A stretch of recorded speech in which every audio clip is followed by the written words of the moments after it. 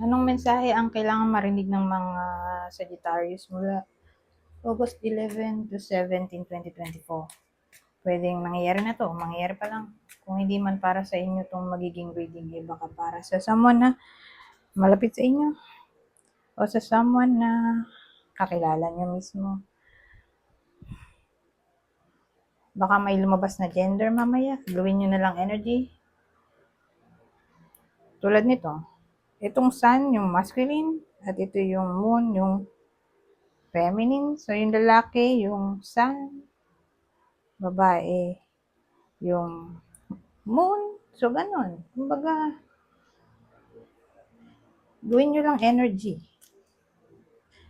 Yung gender, pwede rin naman na wag nyo nang pansinin.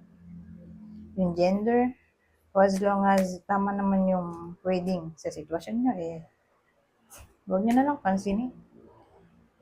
Kung mali yung gender, isnabin nyo na lang. Okay? So, again, yung gender.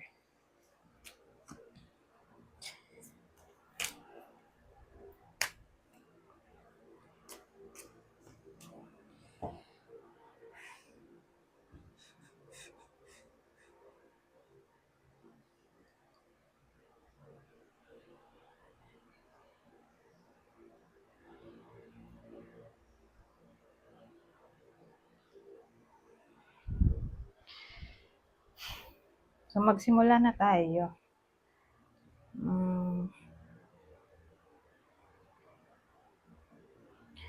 Whether nangyayari na to o mangyayari pa lang, pero ang dating kasi sa akin,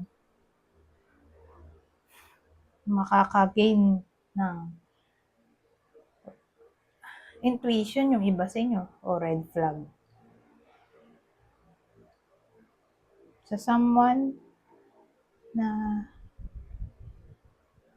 palagi nilang kasama. Probably ka-workmate o kasama nila, pare sila ng ginagawa.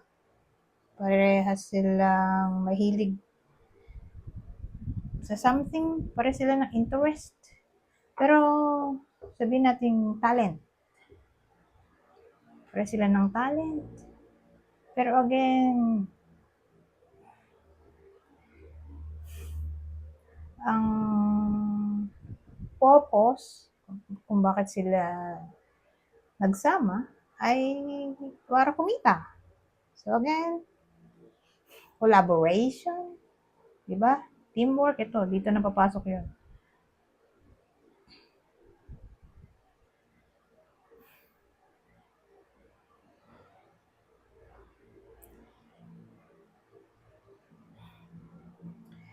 Kasi ang dating sa akin, hindi mapagkakatiwalaan. Lalo na siguro kung business partner to.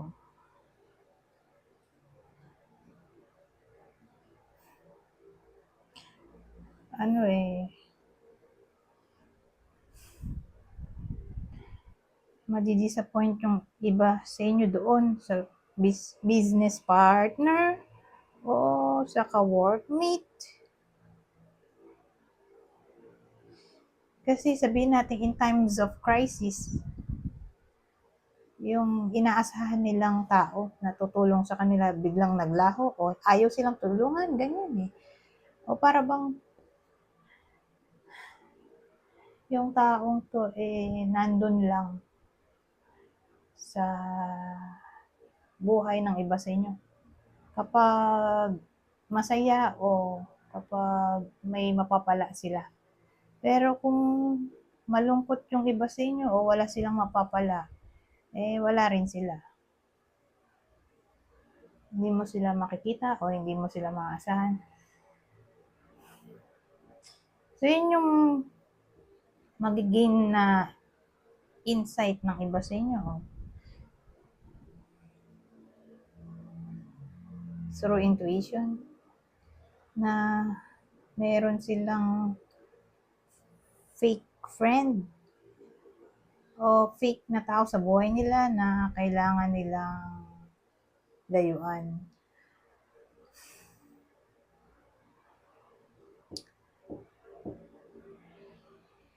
So, yun. Ganun ang dating sa akin.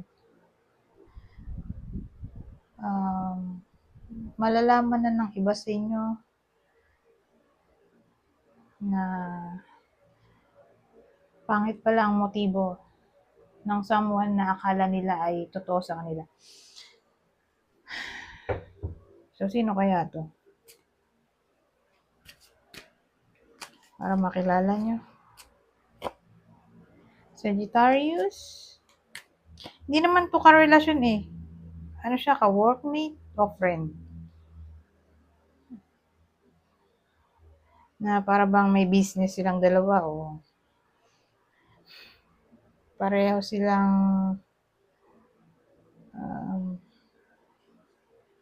priority ang pera. Kumbaga, pag nagkikita sila, laging ganun ang topic. Pera, pera, paano magkakapera. Gig, ganyan, para magkapera. Magsasama-sama para magkapera. Grupo-grupo, ganun. So again, Sagittarius, Gemini. Punta tayo dito. Oh, kapwa nila Sagittarius pala to. Oh. Ito naman Gemini. So dito naman. 7 of Spades, 7 ulit. Pero diamonds.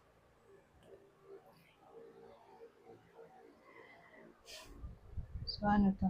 7 of Spades, 7 of Diamonds.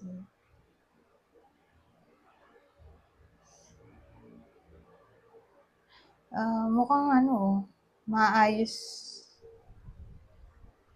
May maayos na gulo. Pwedeng may kinalaman sa bad influence.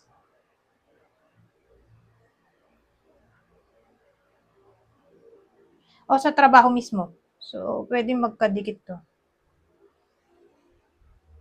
Pwede rin, no? Kasi ito nga, pwedeng katrabaho.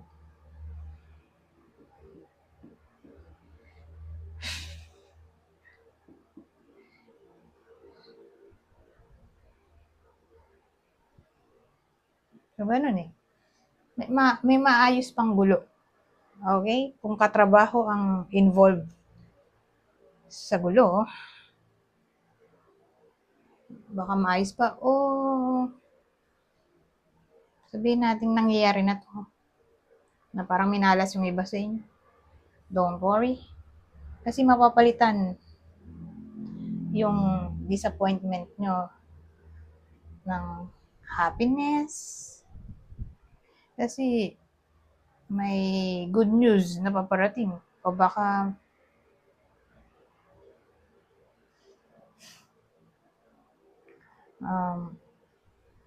may nawala kasi sa iba sa inyo. So, mapapalitan din yun. Kung ano man yung nawala.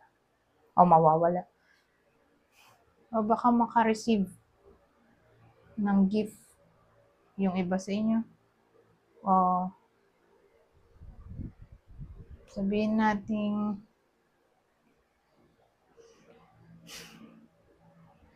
kung hindi man to katrabaho yung cause ng gulo o argument, baka pera.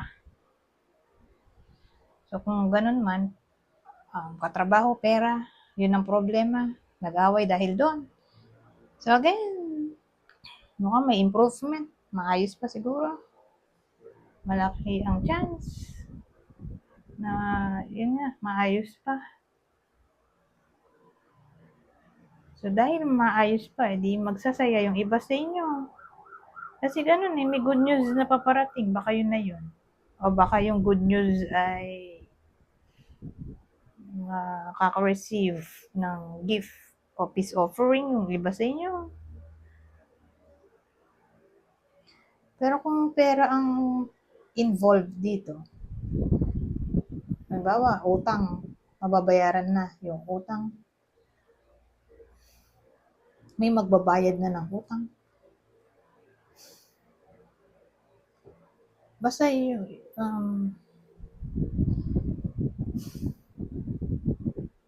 kung pera ang problema,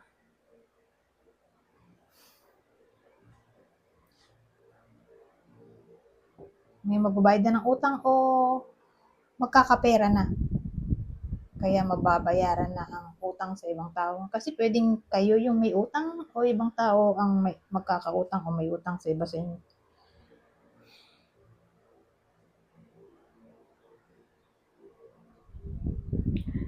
Hmm, anyways, kuha tayo ng ibang information dito. Babasahin ko na lang, kuha ko ng 3. Madali naman itong intindihin. Kunin nyo lang yung info na sa tingin nyo ay fit sa sitwasyon nyo.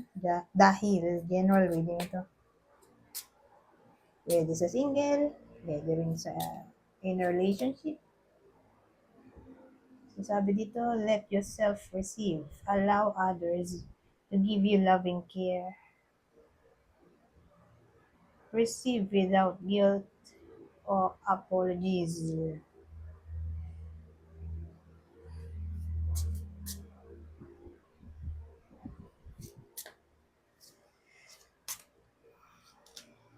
Protection. Protection. You, your loved ones, and your possessions are safe and protected by heaven. So, last na to.